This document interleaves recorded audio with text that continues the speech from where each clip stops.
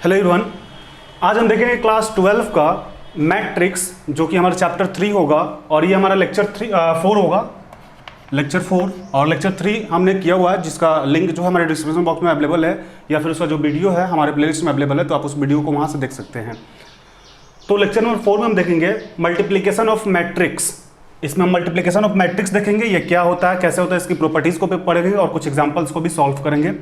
तो multiplication of matrix, let A and B to matrix, then their product AB is defined if the number of column is matrix A is equal to the number of rows in matrix B।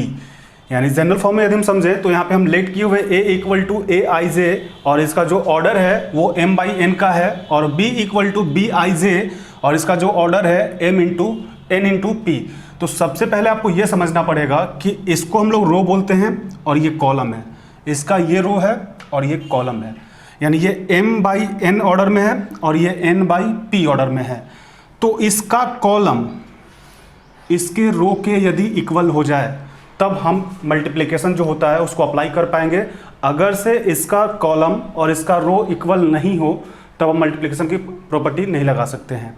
Second चीज़, इसका जो result होगा वो इसका रो और इसके column के equal होता है। इसका रिजल्ट यहाँ पे हम दिखाए भी हैं, ए बी इक्वल टू सी आई जे। सबसे पहले हम चेक करेंगे इसका ऑर्डर, यानी इसका कॉलम और इसका रो इक्वल है या नहीं, तो इक्वल है, एन और एन का इक्वल है।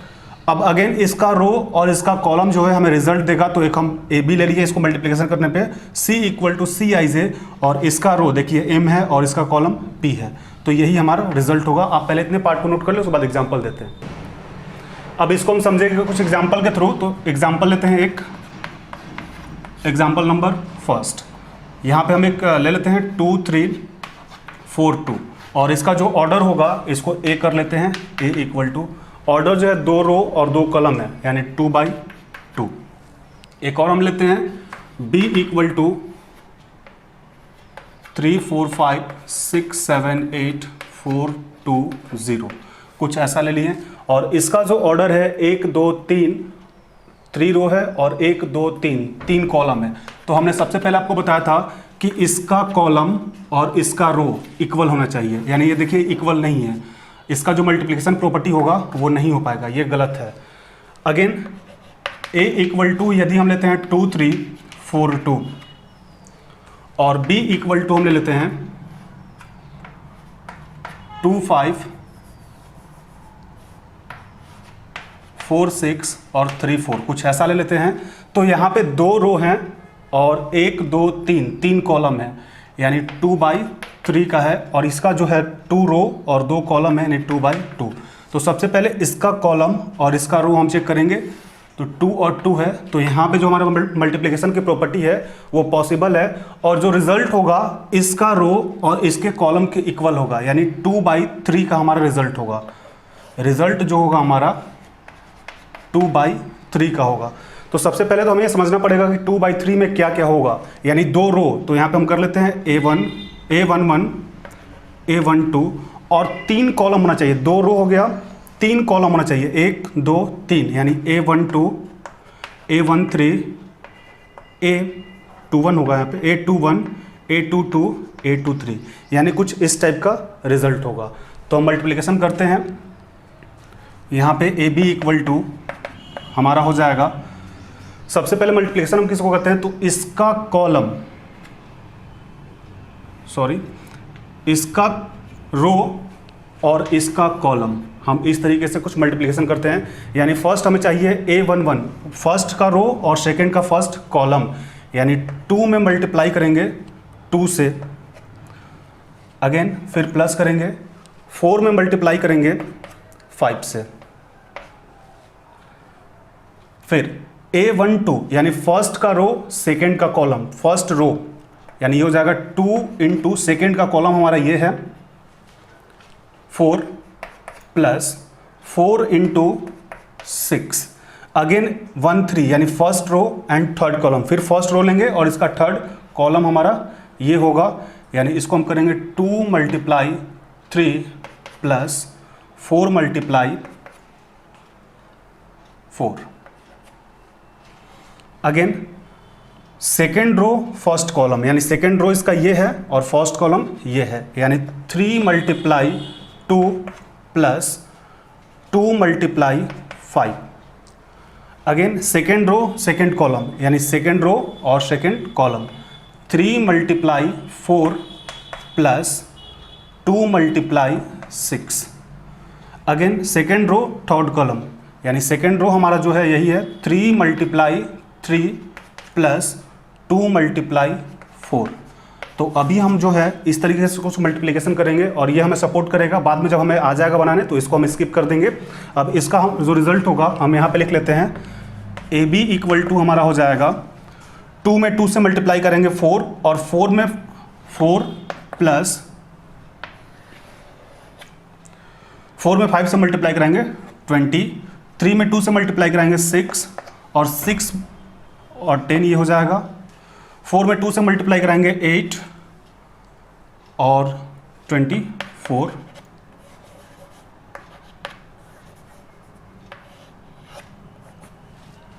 अगेन 3 में 2 से मल्टीप्लाई कराएंगे 6 प्लस 4 में 4 से मल्टीप्लाई कराएंगे 16, 3 में 4 से मल्टीप्लाई कराएंगे 12 प्लस 2 में 6 से मल्टीप्लाई कराएंगे 12, 3 में 3 से मल्टीप्लाई कराएंगे 9 प्लस 4 में 2 से मल्टीप्लाई कराएंगे 8। और अगेन यहाँ पे हमारा जो रिजल्ट होगा ए बी इक्वल टू हो जाएगा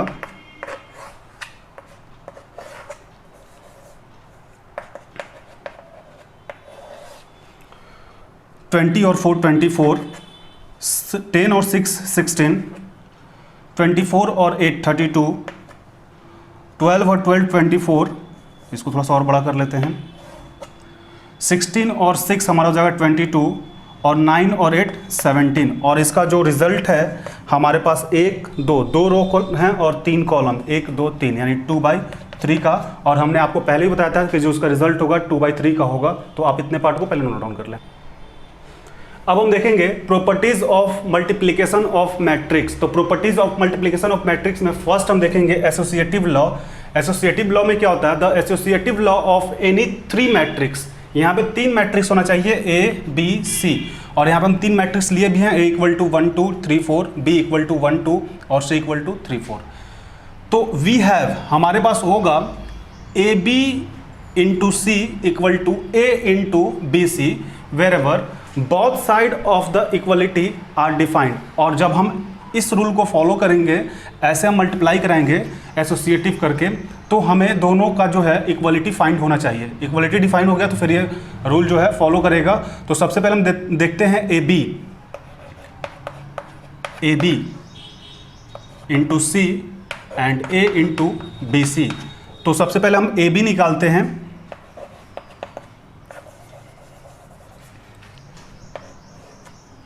ए जो है पहले तो हम इसका ऑर्डर चेक कर लेते हैं। ये 1 2 रो है और 2 कॉलम है, यानी 2/2 का है।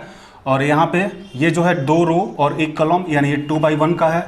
और यहाँ पे 1 रो और 2 कॉलम, यानी ये 1/2 पे है। तो इसका कॉलम और इसका रो हमारे पास इक्वल है, और इसका कॉलम इसका रो इक्वल है, यानी मल्टीप्लिकेशन जो है ये पॉसिबल है।